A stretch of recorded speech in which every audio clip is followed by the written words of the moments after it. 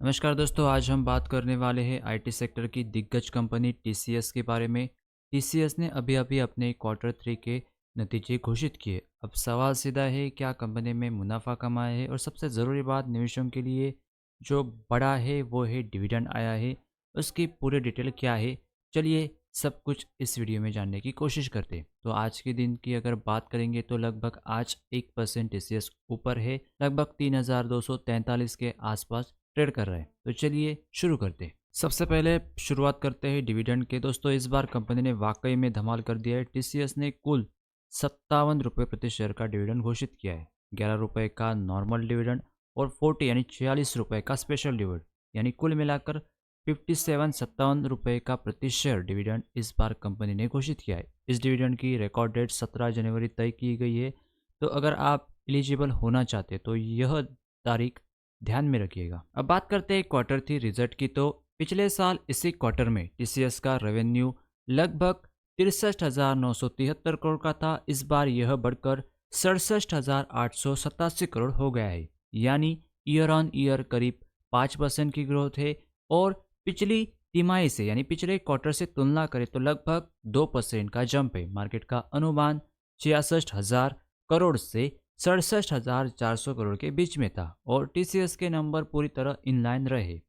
यहाँ कोई सरप्राइज नहीं है, लेकिन कोई निराशा भी नहीं है। अब बात करते हैं खर्चे यानी एक्सपेंसेस की। तो पिछले क्वार्टर में यानी क्वार्टर 2 में खर्चे रहे हैं 49,463 करोड़ के। इसी क्वार्टर में खर्चे रहे हैं 50,736 करोड़ के।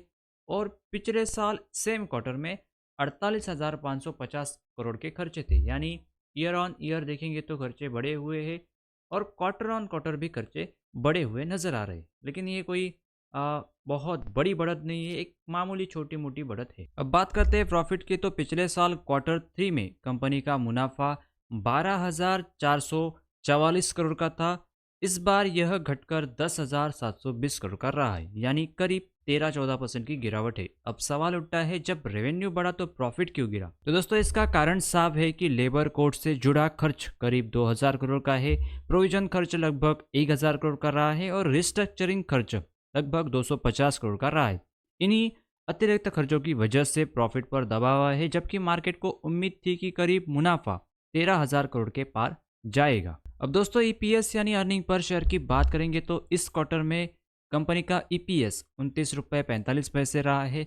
पिछले क्वार्टर में देखेंगे तो 33 रुपये 37 पैसे रहा है और पिछले साल सेम क्वार्टर में 34 रुपये 21 पैसे रहा है।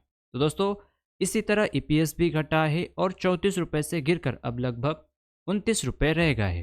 हालांकि एक पॉजिटिव पॉइंट ज़रूर है। अगर हम सिर्फ ऑपरेटिंग प्रॉफिट देखें तो यह ईयर ऑन ईयर और क्वार्टर ऑन क्वार्टर बड़ा ही है। तो कुल मिलाकर दोस्तों, टीसीएस के क्वार्टर 3 के नतीजे मिक्स कहे जा सकते हैं। रेवेन्यू मजबूत है, ऑपरेटिंग परफॉर्मेंस ठीक ठाक है, डिविडेंड बेहद शानदार दिया है इस बार, लेकिन कानूनी और रिस्ट्रक्चरिंग खर्चों की वजह से नेट प्रॉफिट कमज़ोर नजर आया है। अब यह देखना होगा कि इस रिजल्ट को मार्केट कैसे रिएक्ट करता है।